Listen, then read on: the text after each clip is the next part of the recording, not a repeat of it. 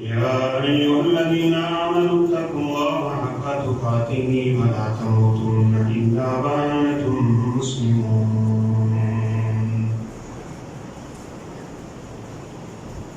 يا أيها الذين آمنوا اتقوا الله وقولوا قولا سديدا يصلح لكم أعمالكم ويغفر لكم ذنوبكم ومن يطع الله ورسوله فقد فاز فوزا عظيما. أعوذ بالله من الشيطان الرجيم. بسم الله الرحمن الرحيم. لقد كان لكم في رسول الله أسوة حسنة لمن كان يرجو الله واليوم الآخر وذكر الله كثيرا. وقال النبي صلى الله عليه وسلم: من أطاعني دخل الجنة ومن عصاني فقد أبى. رب اشرح لي صدري ويسر لي أمري واحلل عقدة من لساني يفقهوا قولي. رب زدني علما سبحانك لا علم لنا إلا ما علمتنا إنك أنت العليم الحكيم.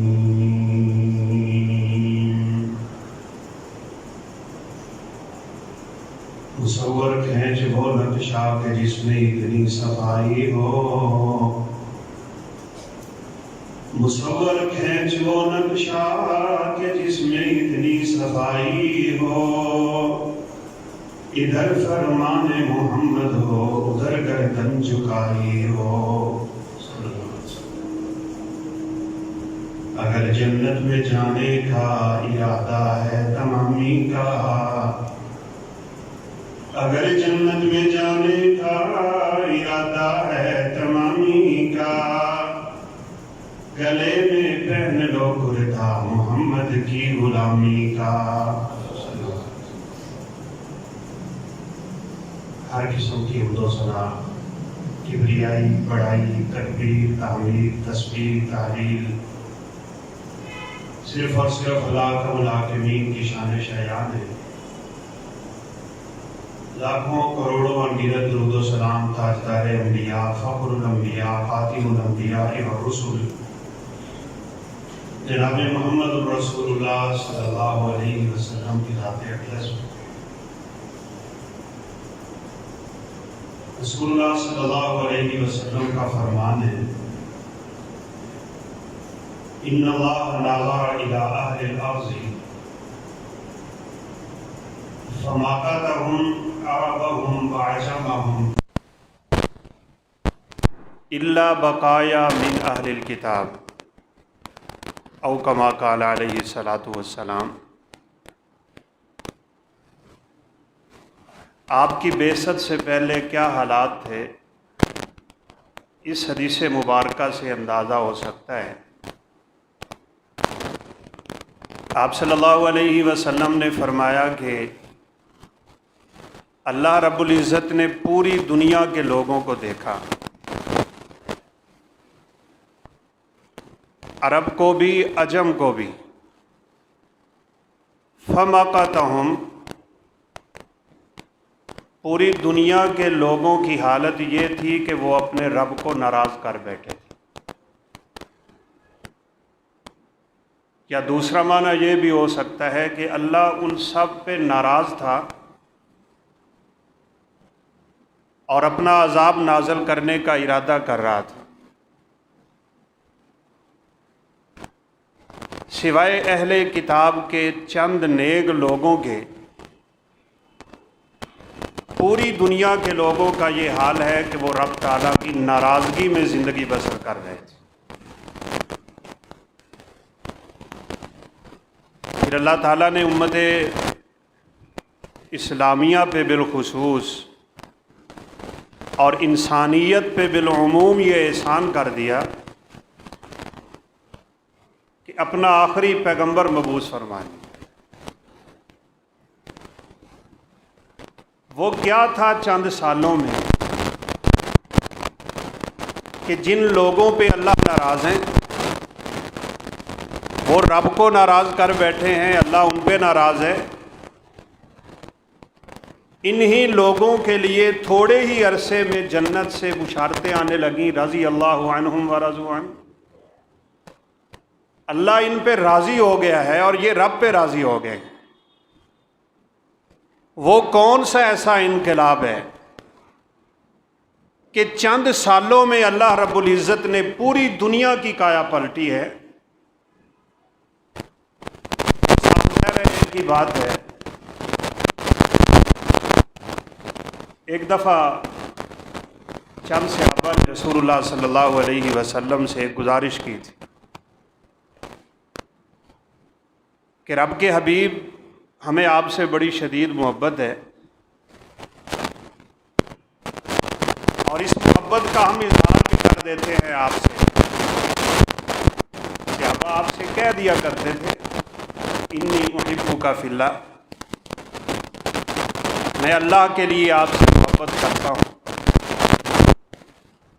دعا کریں اللہ رب العزت ہمیں بھی اپنے محبوب کی محبت نصیب فرمائے، اور آپس میں بھی اللہ ہمیں اپنی رضا کے لیے محبتیں کرنے کی توفیق۔ رب تعالیٰ کے عرش کے سائے کے مستحق ہوتے ہیں وہ لوگ جن کی محبتیں اور جن کی نفرتیں اللہ کے لیے ہوتی ہیں۔ اور ویسے وہ صحابہ تو بہت زیادہ شان والے ہوں گے جن کو رسول اللہ صلی اللہ علیہ وسلم کہہ دیا کرتے تھے میں تجھ سے اللہ کے لیے محبت کرتا ہوں۔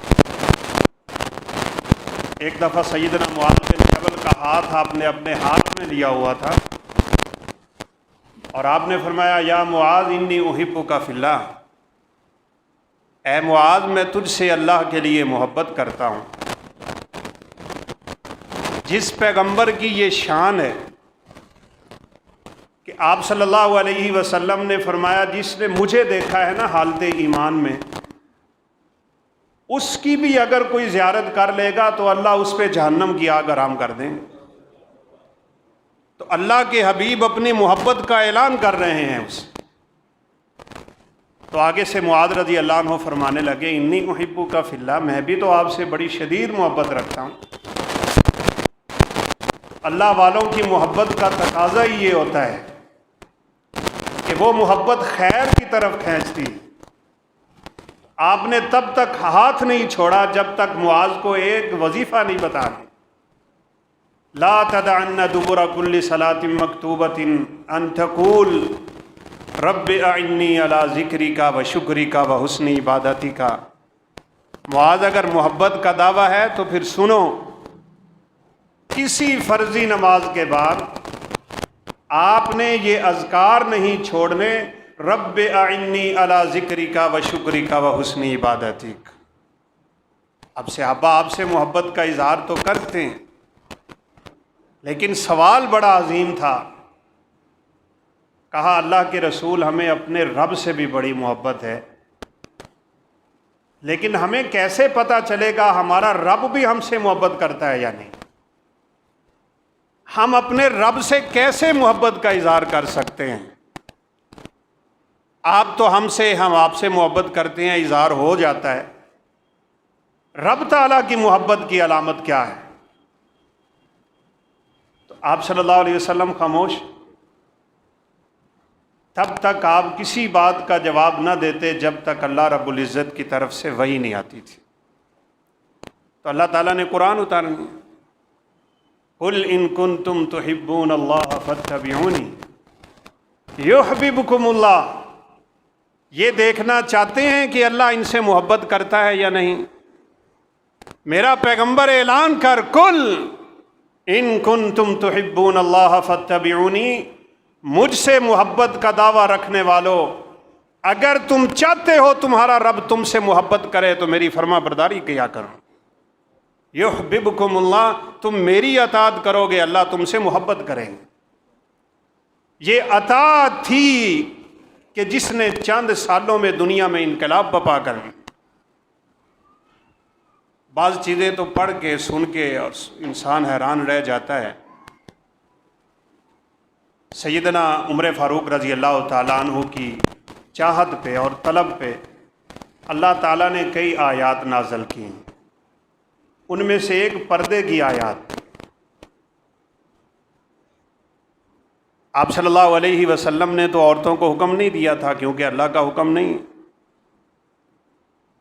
اب بار بار جب عمر فاروق رضی اللہ تعالیٰ عنہ کے دل کی خواہش ابھری تو اللہ تعالیٰ نے قرآن اتار دی، یا ایھا النبی قل لازواجک و بناتک و نساء المؤمنین یدنین علیہن من جلابیبہن۔ اطاعت دیکھیے، فرما برداری دیکھیے، اے پیغمبر اپنی بیویوں کو، بیٹیوں کو اور مومنہ عورتوں کو کہہ دیں یدنین علیہن من جلابیبہن، یہ جلباب پہن کے اپنے گھروں سے آج کے بعد نکلا کریں۔ جلباب اس چادر کو کہتے ہیں جو سر سے لے کے عورت کے پاؤں سے نیچے جا رہے ہیں۔ اب صحابیات کے پاس تو کپڑے نہیں تھے، اس طرح کی چادریں نہیں تھیں۔ انصار کی ساری عورتیں مسجد نبوی میں فجر کی نماز پڑھا کرتی ہیں۔ یہ حکم ان کے خامندوں نے عشاء کی نماز کے بعد جا کے سنایا ہے کہ قرآن نازل ہو گیا ہے، تمہارے بارے ایک نیا حکم آ گیا ہے، اور وہ یہ کہ آج کے بعد ایمان والی عورت پوری کی پوری چادر میں لپٹ کے گھر سے باہر نکلے۔ عورتوں کو فکر لاحق ہو گئی، نماز پہ بھی نکلنا ہے اور چادر بھی نہیں۔ روایت بتاتی ہے اسے اطاعت اور فرما برداری کی اعلیٰ مثال کہتے ہیں۔ گھر کی ساری چادریں اکٹھی کر کے، چھوٹے چھوٹے کپڑے اکٹھے کر کے، ان صحابیات مبشرات نے پوری رات لگا کے، کپڑے کو کپڑے سے ٹانکا لگا کے اتنی لمبی چادر بنائی تھی کہ یہ فجر پہ نکلی تھی تو ساری کی ساری مومنہ عورتوں نے چادریں اوڑھی ہوئی تھی۔ ایسے نہیں انقلاب وفا ہوا۔ چاہتے ہم بھی ہیں ہمارے حالات بدل جائیں، لیکن اللہ کے رسول کی فرما برداری کا وہ جذبہ نظر نہیں آتا ہے۔ ایک دفعہ تو یقین مانے کمال ہی ہو گئی تھی، جب سورہ بقرہ کی آخری آیات کا نزول ہوا نا، ان تبدوا ما فی انفسکم او تخفوہ یحاسبکم بہ اللہ، کسی چیز کا تم اظہار کرو یا اس کو چھپاؤ، دل میں تمہارے ہو، اللہ قیامت کے دن تمہیں اس پہ پکڑ لے۔ بہت سخت آیت تھی صحابہ کرام۔ دلوں میں اٹھنے والے خیالات پہ بھی اللہ عذاب دے گا، کیسی عجیب بات ہے۔ رسول اللہ صلی اللہ علیہ وسلم کی خدمت میں حاضر ہو کے کہنے لگے کہ یہ کیسے ممکن ہے، ہم میں سے کون ہے جس کے دل میں خیال نہیں آتے؟ کیا ہمارا رب ہمیں میرے خیالوں پہ بھی پکڑے گا؟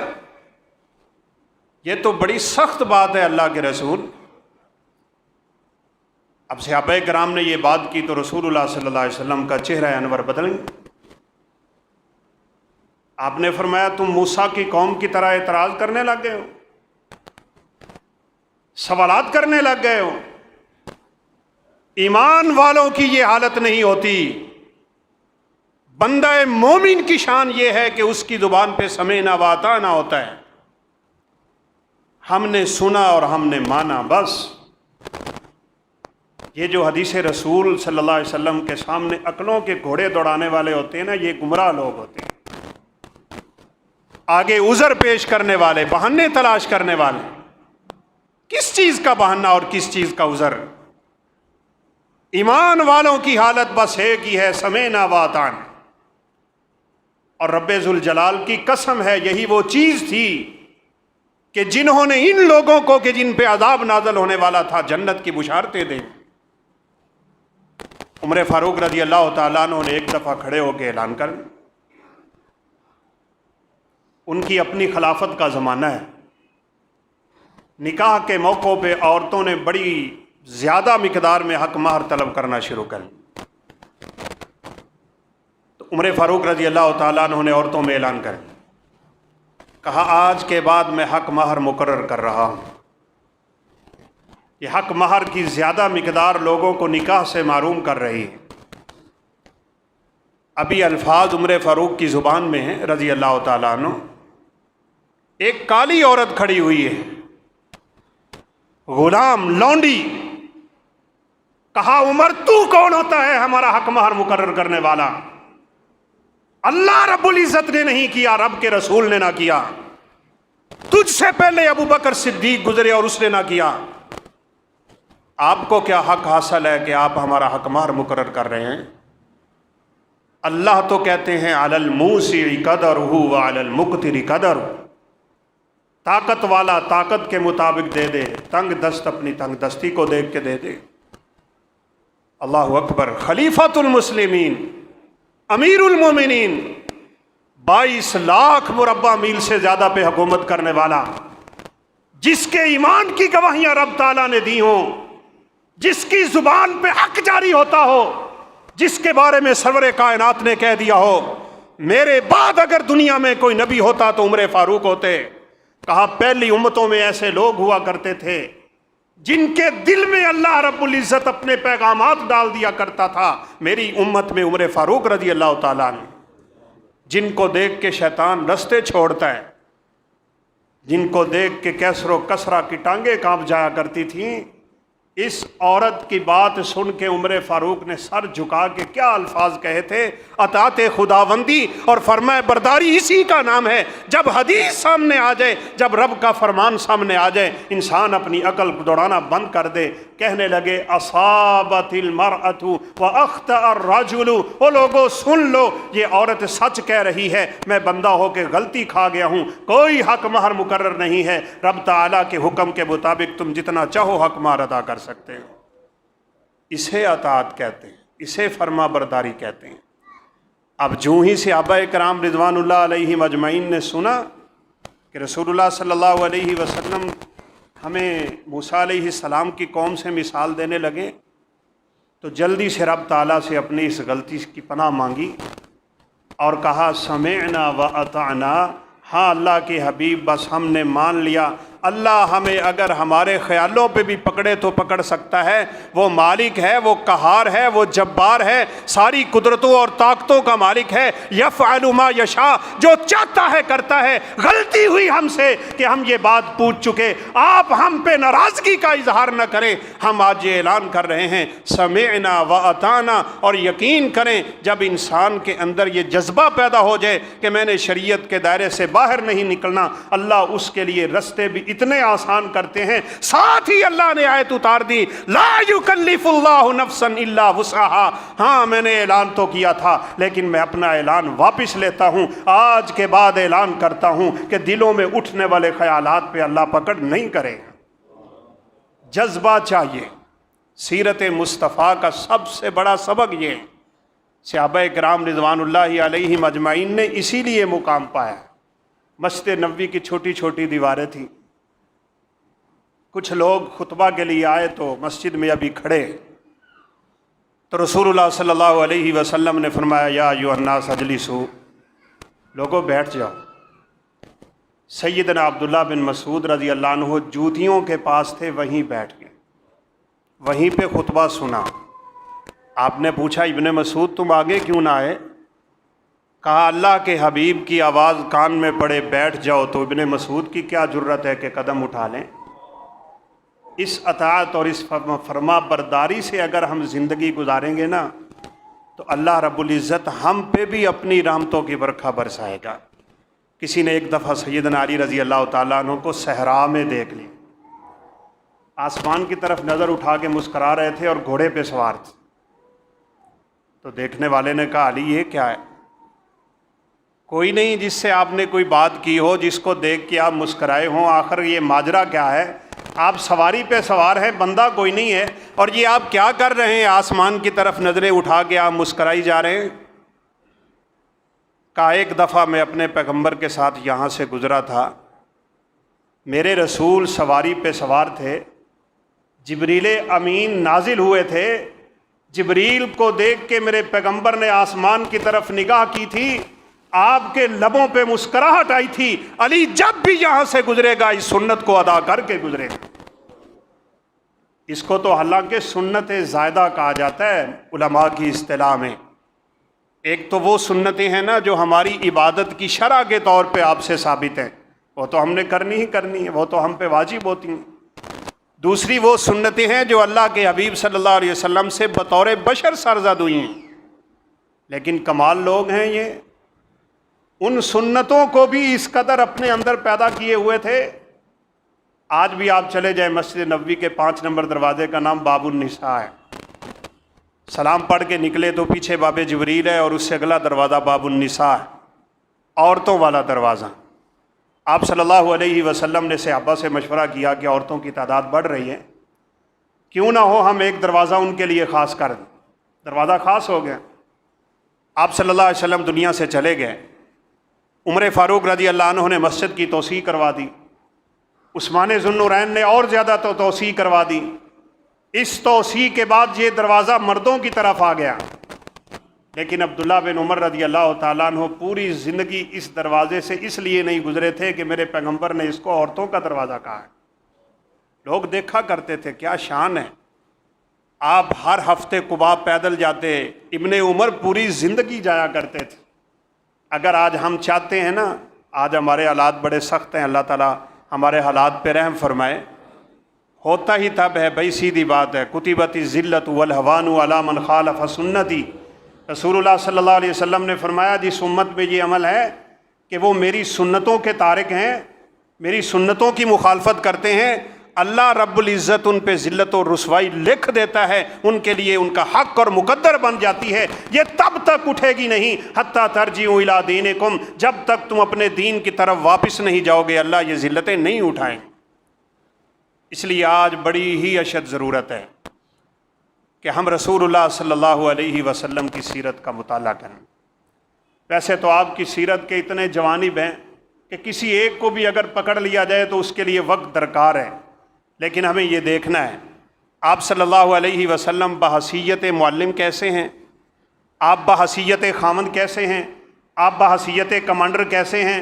آپ صلی اللہ علیہ وسلم کی سیرت مزدوروں کے لیے کیا ہے، عام لوگوں کے لیے کیا ہے، خاص لوگوں کے لیے کیا ہے، آپ اپنے پڑوسیوں کے لیے کیسے تھے، آپ کے ساتھ زیادتی کرنے والوں کے لیے آپ کیسے تھے۔ اس سیرت کے حصے کا مطالعہ کر لینے کے بعد اگر ہم اپنے اندر ان سنتوں کو اجاگر کرنا شروع ہو جائیں گے، پیدا کرنا شروع ہو جائیں گے، اللہ رب العزت کی قسم اٹھا کے کہتا ہوں اللہ ہمارے لیے آسمان سے برکتوں کے دروازے کھول دے۔ ہماری مائیں بہنیں بیٹیاں بھی سن رہی ہیں، رسول اللہ صلی اللہ علیہ وسلم گھر میں کیسے تھے۔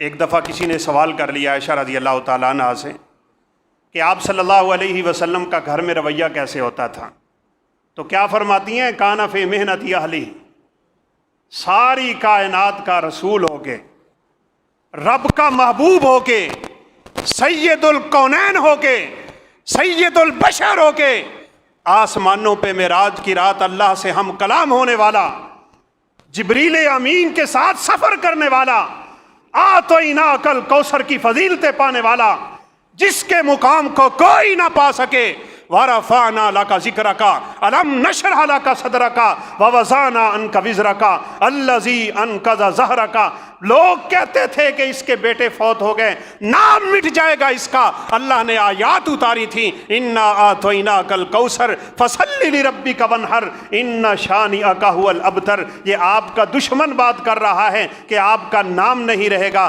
میرا پیغمبر دنیا تو دنیا ہے، ہم نے جنت کی سب سے اعلیٰ نہر کوثر کا بھی اگر مالک بنایا ہے تو تجھے بنایا ہوں، تیرا مقام بلند، اتنی شان والا نبی، لیکن گھر میں کیا کرتے ہیں۔ سیدہ عائشہ صدیقہ فرماتی ہیں آپ بکریوں کا دودھ خود دو لیا کرتے تھے، آپ اپنی جوتی کو گانٹھا خود لگایا کرتے تھے، آپ اپنے کپڑوں کو سلائی خود کیا کرتے تھے، گھر والوں کے ساتھ آپ حسن معاشرت کا رویہ کیا کرتے تھے، آپ کے اندر ایک حسن عہد بڑے عظیم ترین طریقے سے پایا جاتا تھا، جو آج امت مسلمہ میں مفقود ہو چکا۔ حسن عہد کا مطلب یہ ہے کسی نے آپ کے ساتھ تھوڑا سا بھی احسان کیا ہو نا، آپ اس کو یاد رکھا کریں، اس کے لیے دعائیں کیا کریں، اس کے احسان کا بدلہ دیا کریں۔ آپ صلی اللہ علیہ وسلم نے فرمایا اگر کچھ بھی دینے کے نہ ہو جزاک اللہ خیرن کی کہہ دیا کرو، اللہ اسی کے بدلے اس کا حق تم سے ساقط فرما دیا کریں گا۔ عائشہ صدیقہ رضی اللہ تعالیٰ عنہ کے سامنے کتنی دفعہ اللہ کے حبیب خدیجہ رضی اللہ عنہ کا ذکر کیا کرتے تھے۔ ویسے بڑی افسوس کی بات نہیں ہے، آج اگر اللہ نہ کرے کسی کی بیوی کو طلاق ہو جائے نا اور وہ نئی شادی کر لے، اپنی پچھلی بیوی کے عیب اپنی دوسری بیوی کو بیان کرتا ہے، وہ دنیا سے چلی جائے نئی شادی کر لینے کے بعد اس کی خامیاں بیان کرتا ہے۔ اللہ کے رسول کی سیرت سنو کیا ہے، آپ پوری زندگی اپنی پہلی بیوی خدیجہ کو یاد کیا کرتے تھے۔ آپ کے گھر میں گوشت آتا تو آپ کہتے خدیجہ کی سہیلیوں کو بھیجو، نیا نیا پھل اترتا مدینے میں آپ کے گھر آتا تو آپ کہتے خدیجہ کی سہیلیوں کو بھیج دو۔ اور ایک دفعہ تو سیدہ خدیجہ رضی اللہ عنہا کی بہن حالہ آئی تھی، دروازے پہ دستک دی، بولی بھی نہیں کون ہے، اجازت مانگی ہے، دروازے پہ دستک ہوئی، کیسا اللہ کے نبی کا تعلق ہے اپنی بیوی کے ساتھ؟ آپ نے فرمایا اللہم حالہ، ان کا نام حالہ تھا، یعنی اللہم اجعل حالہ، اے اللہ مجھے پتہ نہیں میرے دروازے پہ کون ہے، لیکن تو ایسا کر کہ حالہ کو میرے گھر لے آ، میں حالہ کو دیکھوں گا، اپنی بیوی خدیجہ کی یاد آ جائیں۔ اور واقعتاً وہ حالہ تھی رضی اللہ تعالی عنہ۔ عائشہ صدیقہ تو فرماتی ہیں کہ میں اماں جی خدیجہ کا نام سن کے حالانکہ وہ مجھ سے پہلے دنیا سے چلی گئی، یعنی ابھی نکاح نہیں ہوا تھا چلی گئی، میں اتنی غیرت کھاتی تھی کہ آپ کتنا یاد کریں گے اپنی اس بیوی کو۔ ایک دن تو میں نے کہہ ہی دیا تھا کہ مجھ جیسی خوبصورت اور جوان کے ہوتے ہوئے آپ اس اماں جی کو کب تک یاد کرتے رہیں گے جس کے شاید آخری عمر میں دانت بھی گر گئے ہوں گے۔ رسول اللہ صلی اللہ علیہ وسلم نے فرمایا عائشہ تیرا مقام اپنی جگہ پر خدیجہ ہی ہے، خدیجہ کی فضیلت کو کوئی نہیں پہنچ سکتا۔ آج ہم دیکھیں نا ہمارا گھر والوں کے ساتھ رویہ کیسا ہے، ہم سیرت پڑھتے ہیں لیکن ہمیں اپنی زندگی میں اس کو اتارنا ہے، وہی رویہ اپنائیں جو سرور کائنات نے اپنے گھر میں رکھا ہوا ہے، گھر والوں سے رکھا ہوا ہے، گھر والیوں سے رکھا ہوا ہے۔ آپ صلی اللہ علیہ وسلم کبھی بیویوں سے ناراض ہوتے تو مسکرایا کرتے تھے۔ ہمارے ہاں ذرا کیا ہے دیکھیں، ہم گھر ویسے نہیں اجاڑ بیٹھتے، ہمارے ہاں یقین کریں جتنے فتوے طلاق کے پوچھتے ہیں نا لوگ آ کے، اور جتنے طلاق کے فتوے لیتے ہیں اور کسی مسئلے میں نہیں آتے، چھوٹی چھوٹی باتوں پہ۔ سیدہ عائشہ صدیقہ رضی اللہ تعالیٰ عنہ ایک دفعہ رسول اللہ صلی اللہ علیہ وسلم سے ناراض ہیں، اونچی اونچی باتیں کر رہی تھیں، دروازے پہ دستک ہوئی، ابو بکر صدیق تھے رضی اللہ تعالیٰ عنہ، باپ سیدہ عائشہ صدیقہ کی، اجازت مانگی، بولے ابو بکر۔ اب سیدہ عائشہ چاہتی تھی کہ نبی صلی اللہ علیہ وسلم اجازت نہ دیں، اب میری یہ حالت ہے کہ میں آپ سے ناراض ہوں اور میرے چہرے کا رنگ بدلا ہوا ہے، لیکن رسول اللہ صلی اللہ علیہ وسلم نے اجازت دے دی، تشریف لائے اور اپنی بیٹی کو خوب سنائیں۔ اور یہ بھی یاد رکھیں یہ رسول اللہ صلی اللہ علیہ وسلم کی سیرت بھی ہے، سنت بھی ہے، نکاح کر کے بس بے فکرے نہ ہو جایا کرو، اپنی بیٹیوں کا خیال رکھو۔ نکاح کے بعد بھی آپ روزانہ علی رضی اللہ تعالیٰ عنہ یعنی فاطمہ بیٹی کے گھر جا کے پوچھا کرتے تھے فاطمہ تہجد پڑھی ہے یا نہیں، علی تہجد کے لیے اٹھے ہو یا نہیں اٹھے، حالانکہ آپ صلی اللہ علیہ وسلم ان کے معاملے میں دخل نہیں دیا کرتے تھے۔ یہ ساری سیرتیں ہیں ہمارے لیے۔ ہمارے ہاں تو اللہ معاف فرمائے تھوڑا سا مسئلہ بنے گھر پھون جاتا ہے، ڈنڈے لے کے آ جاتے۔ ایک دفعہ آپ گھر گئے، جا کے دروازے پہ دستک دی، پوچھا علی کدھر ہے رضی اللہ تعالیٰ عنہ، تو فاطمہ رضی اللہ عنہ کہنے لگی کہ مجھ سے ناراض ہو کے گھر سے نکل گئے ہیں، ہمارے درمیان کوئی بات ہوئی تھی۔ ویسے جیسے میں نے اشارہ کر دیا نا، سیرت کے پہلو اتنے ہیں کہ جس کو بھی بیان کرے وقت درکار ہے، لیکن ایک ایک پہلو میں ہمارے لیے اسوہ ہے، ایک ایک پہلو۔ عصر کی نماز ہوئی ہے، آپ سوچ لیں ذرا، عصر کی نماز ہے، سیدنا علی رضی اللہ تعالیٰ عنہ بڑے، رسول اللہ صلی اللہ علیہ وسلم سے مصافحہ کیا اور مصافحہ کر کے فرمانے لگے اللہ کے حبیب میں آپ کی بیٹی فاطمہ سے نکاح کرنا چاہتا ہوں۔ آپ ذرا سرور کائنات کی بیٹی کا نکاح دیکھ لیں اور ہماری بیٹیوں کا نکاح دیکھ لیں، ہم رسوا کیوں ہیں، ہم ذلتوں کا سامنا کیوں کرتے ہیں، پریشانیاں اور مصیبتیں ہمارے گھروں میں ڈیرے کیوں ڈالتی ہیں۔ ہم نے ہر مسئلے میں سنت رسول چھوڑ رکھی ہے۔ آپ صلی اللہ علیہ وسلم نے فرمایا نماز مکمل کر کے لوگوں تشریف رکھنا، میں ابھی واپس آ رہا ہوں۔ جا کے اپنی بیٹی سے پوچھا، کہا بیٹی علی تجھ سے نکاح کا ارادہ رکھتے ہیں، بتا تیرا کیا خیال ہے۔ سکتت، فاطمہ خاموش ہو گئیں، اور اللہ کے رسول صلی اللہ علیہ وسلم کا فرمان ہے اذن حاسماتھا، کنواری لڑکی کا خاموش رہنا اس کی اجازت ہوتا ہے۔ واپس تشریف لائے اور کہا علی تیرا نکاح میں ابھی فاطمہ سے کرنے لگا ہوں، جا اپنے گھر سے کوئی حق مہر تلاش کر کے لے آ، کیا ہے تیرے پاس۔ آج ہمیں اپنے عقائد کی درستگی کی بھی ضرورت۔ لوگ مولا علی کہتے ہیں، شیر خدا، اور ان کو نہ جانے کہاں سے کہاں پہنچاتے ہیں۔ علی رضی اللہ عنہ کہنے ہوتی ہے، بیٹی سن رہی تھی، کہا اماں کیا کہہ رہی ہو؟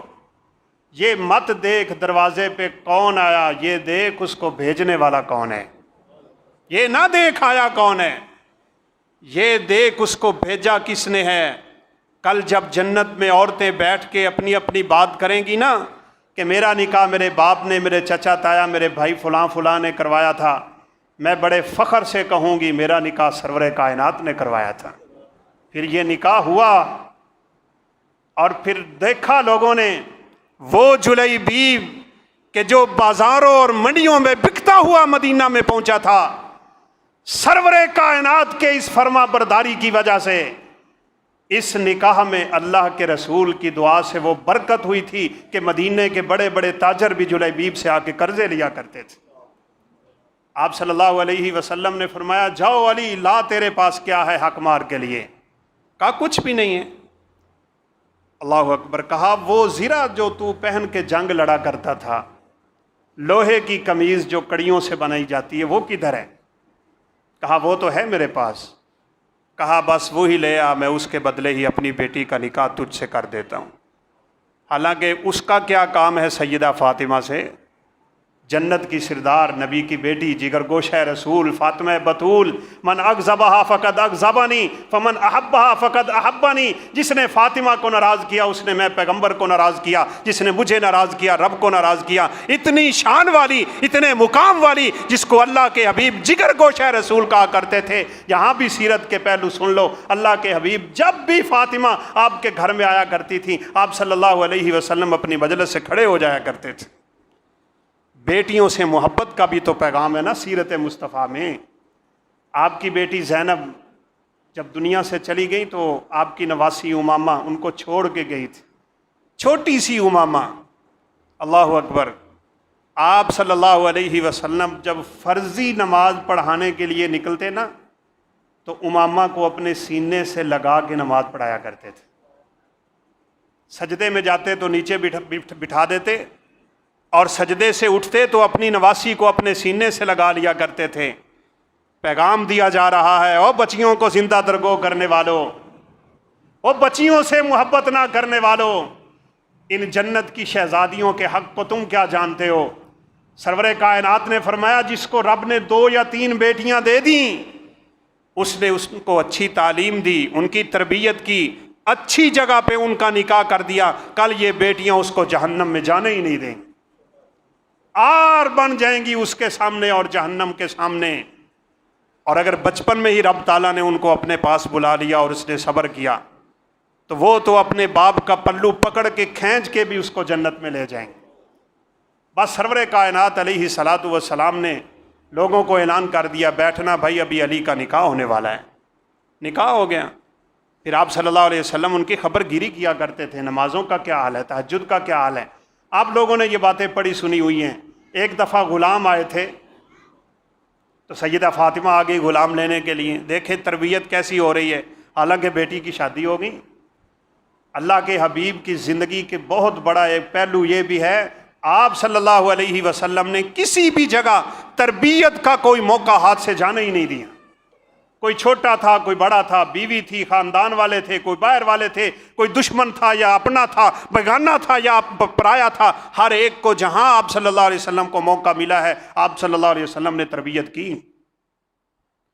آ گئی فاطمہ، کہا اللہ کے حبیب سنا ہے غلام آئے ہیں آپ کے پاس، یہ میرے ہاتھ دیکھ لیں، چکی چلا چلا کے اور دور سے پانی بھر کے لاتی ہوں مشکیزوں میں، میرے کندھوں پہ مشکیزوں کے اور میرے ہاتھوں پہ چکی چلانے کے نشانات پڑے ہوئے ہیں۔ پھر بات کہنا پڑتی ہے نا، آج کی بیویاں اپنے خامدوں کا کام نہیں کرتی، کہنا نہیں مانتی۔ ان کے بہانے بڑے، کیا تم سرور کائنات کی بیٹی سے آگے بڑھ گئی ہو؟ خامدوں کے حقوق کو سمجھو، خامد اپنی بیویوں کے حقوق کو سمجھیں، لیکن پھر کیا رب کے حبیب نے غلام دے دیا تھا؟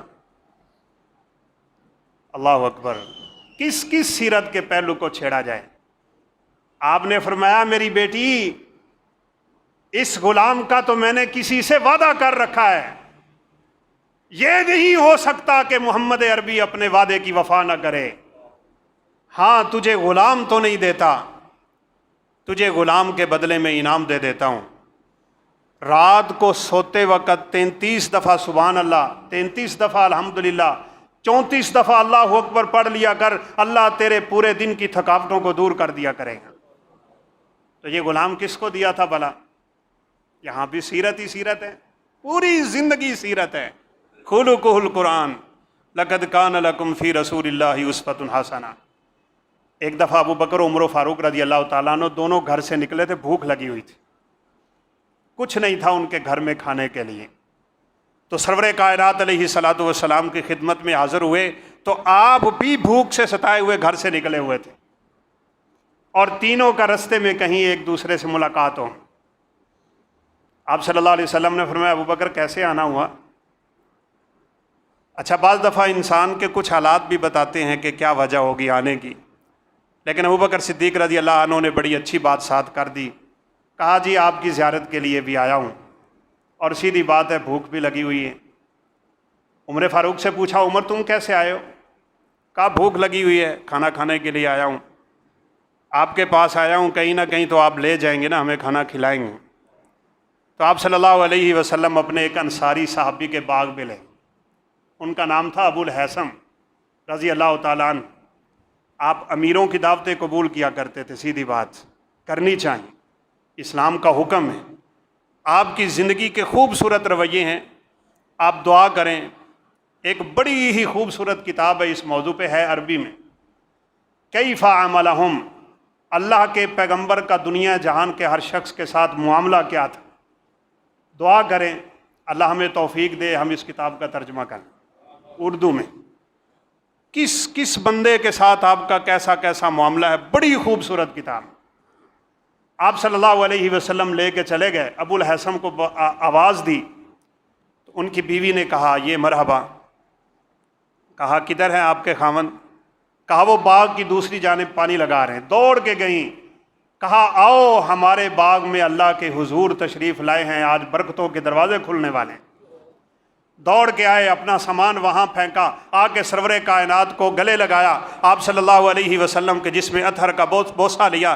جس نبی کو دیکھنے والوں کو کوئی دیکھتا ہے تو جہنم کی آگ آرام ہوتی ہے، جن کو براہ راست موقع ملے ہوں ان کی شان اور فضیلت اور مقام کا کیا کہنا۔ جلدی سے اپنی چادر اتاری، سرور کائنات کے نیچے بٹھائی، آپ کو بٹھا کے کہنے لگے تشریف رکھیں، بتائیں آپ کیا پسند کریں گے۔ جلدی سے گئے، آپ ذرا ان صحابہ کے رویے چیک کریں، عمدہ کھجوروں کی بجائے ہلکی ہلکی اور ردی قسم کی کھجوریں توڑ کے سرور کائنات علیہ السلام کے سامنے رکھ دیں۔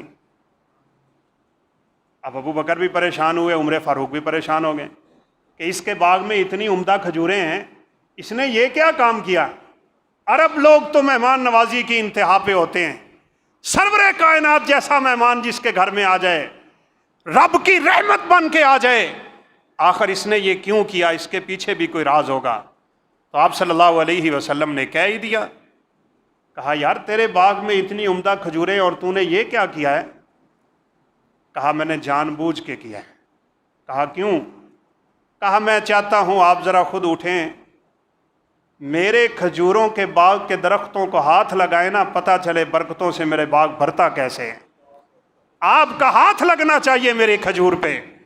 سرور کائنات نے اپنے دست شفقت سے کھجوریں توڑی، میٹھا پانی پلایا، جلدی سے بکرا ذبح کیا، رسول اللہ صلی اللہ علیہ وسلم کو کھانا کھلایا۔ آپ نے فرمایا کام خود کرتے ہو، اتنے بڑے باغ میں غلام نہیں رکھا ہوا؟ کہا نہیں رب کے حبیب کوئی غلام نہیں ہے۔ کہا چلیں میرے پاس آنا، کبھی غلام آئے گا تو تجھے تحفے میں دے دوں گا۔ یہ غلام اسی کے لیے رکھا ہوا تھا۔ آ گئے ابو الحسن، سامنے دو غلام بیٹھے ہیں، فرمایا یہ دو ہیں، ان میں سے ایک لے لو جو لینا ہے۔ کہا سرور کائنات میں نے تو کھجوریں بھی اپنی مرضی سے نہ توڑی تھیں، غلام کیسے اپنی مرضی سے منتخب کر لوں؟ میں آپ کی پسند پہ اپنی پسند کو ترجیح دیتا ہوں، آپ بتائیں کون سا غلام اچھا ہے، کس کو لے جاؤں؟ قربان جائیں۔ رسول اللہ صلی اللہ علیہ وسلم نے فرمایا اس کو لے جاؤ، میں نے دیکھا یہ نماز بڑی خوبصورت پڑھتا ہے، نمازی ہے یہ، انسان کا نمازی ہونا بھی کیا کمال صفت ہے۔ اس کو ساتھ لے گئے، اللہ والے لوگ تھے، باغ میں داخل ہوئے، بیوی نے کہا سرور کائنات کا تحفہ ہے، اللہ کے رسول کا ہدیہ ہے، وہ اظہار تشکر کے لیے میرے پیغمبر نے مجھے غلام دے دیا، اور بڑی خوشی کی بات یہ ہے کہ سرور کائنات نے اس کی تعریف کی ہے، بڑا نیک ہے، بڑا صالح ہے، نمازی ہے۔ قربان جائیں ان ماؤں پہ جن کی تربیت سرور کائنات کی الفاظ سے ہوا کرتی تھی، فوراً بول کے کہنے لگی او اللہ کے بندے، اتنا عظیم انسان، اتنا نیک انسان، تو اس کو غلام بنا کے رکھے گا، اس کو اللہ کی رضا کے لیے آزاد کیوں نہیں کر دیتا؟ کھڑے کھڑے آزاد کر دیا تھا ابو الہیثم نے، اور سرور کائنات کی اس حدیث کا مصداق ٹھہر گئے۔ آپ نے فرمایا جس نے دنیا میں کسی قیدی کو، کسی غلام کو آزاد کر دیا، اللہ اسے جہنم کی آگ سے آزاد فرما دیں گے۔ بڑا سبق ہے اور بڑا طویل سبق ہے، لیکن صاف ظاہر وقت وسعت نہیں رکھتا اور ہمیں اجازت نہیں دیتا۔ رسول اللہ صلی اللہ علیہ وسلم کی سیرت کا مطالعہ کیجیے، اللہ ہمیں آپ کی سیرت پہ عمل پیرا رہنے کی توفیق دے۔ ایک دفعہ آپ صلی اللہ علیہ وسلم نے دودھ پیا، آپ کی دائیں جانب ایک بچہ بیٹھا تھا، اور آپ کی بائیں جانب ابو بکر اور عمر فاروق رضی اللہ عنہ بیٹھے تھے۔ اب یہ تو آپ کی زندگی کا بہت بڑا سبق ہے نا، آپ جو کہتے تھے وہ کرتے تھے، ہم کہتے کچھ اور ہیں، کرتے کچھ اور ہیں۔ آپ صلی اللہ علیہ وسلم نے فرمایا دائیں جانب فضیلت ہوتی ہے، مقدم ہوتی ہے، دائیں جانب کو آپ پسند کیا کرتے تھے۔ اب آپ صلی اللہ علیہ وسلم پی کے تھوڑا سا دودھ سوچ رہے تھے، دائیں جانب بچہ ہے اور بائیں جانب ابو بکر بیٹھے ہیں، دنیا جہان کا عظیم انسان ہے، بعد از انبیاء جس کی فضیلت کائنات میں مسلمہ ہے، میں ابو بکر کے ہاتھ پہ رکھوں یا اس بچے کے ہاتھ پہ رکھوں؟ سرور کائنات کا اخلاق دیکھیں، آپ کا تواضع دیکھیے، آپ کی عاجزی دیکھیے، ساری کائنات کے سردار کا رویہ دیکھیے۔ آپ اس بچے سے اجازت لینے لگ گئے۔ آپ نے فرمایا بیٹا اجازت دیتے ہو میں یہ پیالہ ابو بکر کے ہاتھ پہ رکھ دوں؟ ان بچوں کی بھی کیا تربیت تھی، خدا کی قسم۔ بچہ کہنے لگا میں بالکل اجازت نہیں دیتا۔ آپ سوچیں گے یہ کیا تربیت ہے؟ کہا میں بالکل اجازت نہیں دوں گا۔ کہا بیٹا کیوں؟ کہا پیالے کے جس جگہ پہ آپ کے ہونٹ لگ گئے میں کیوں کسی کو ہونٹ لگانے دوں؟ مجھے پتہ ہے جس جگہ پہ سرور کائنات کے ہونٹ لگ جاتے ہیں وہاں جہنم کی آگ نہیں چھو سکتی، میں اس جگہ پہ کسی اور کو ہونٹ نہیں رکھنے دوں۔ سرور کائنات نے وہ پیالہ بچے کے ہاتھ پہ رکھا ہے، بچے کے ہاتھ سے گھوما ہے پھر بائیں جانب کی طرف۔ تو میرے بھائیوں بزرگوں وقت ختم ہو گیا، دعا کریں اللہ ہمیں اپنے پیغمبر کی سیرت کو اپنانے کی توفیق دے۔ ایک ہی رستہ ہے نجات کا، ایک ہی رستہ ہے کامیابی کا، من اطاعنی دخل الجنہ، جو میری فرما برداری کر لے گا، میری بات مان لے گا، بس اس کے لیے جنت ہی جنت ہے۔ ومن عصانی فقد ابا، اور جو میری فرما برداری کی بجائے دوسرے رستے پہ چل نکلے گا، نافرمانی پہ اڑا رہا، نافرمانی پہ اٹکا رہا، تو وہ تو خود ہی جنت میں جانے سے انکار کر رہا ہے۔ اللہ رب العزت سے دعا ہے وہ ہمیں اپنے پیغمبر کا صحیح محب بنائے، مطیع بنائے، فرما بردار بنائے، زندگی آپ کے حکموں کے مطابق گزارنے کی توفیق دے۔ اللہ ہمیں اپنے پیغمبر کے دست شفقت سے حوض کوثر کا پانی نصیب فرمائے، اور جنت میں نبیوں، صدیقوں، شہیدوں اور صلحاء کے ساتھ جمع فرما دیں۔ وآخر دعوانا ان الحمد للہ رب العالمین۔